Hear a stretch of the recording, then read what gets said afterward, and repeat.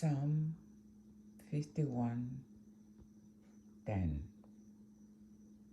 Create in me a clean heart, O God, and renew a right, persevering, and steadfast spirit within me.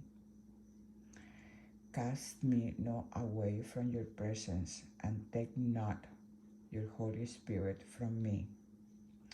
Restore to me the joy of your salvation, and uphold me with a willing spirit. Then will I teach transgressors your ways, and sinners shall be converted and return to you. Create in me a clean heart, O God, and renew a right, persevering, and steadfast spirit within me.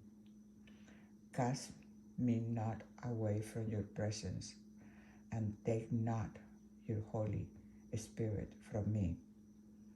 Restore to me the joy of your salvation, and uphold me with a willing spirit. Then I will teach transgressors your ways, and sinners shall be converted and return to you. Psalm 51, verse 10 through 13. In Jesus' name I pray. Amen.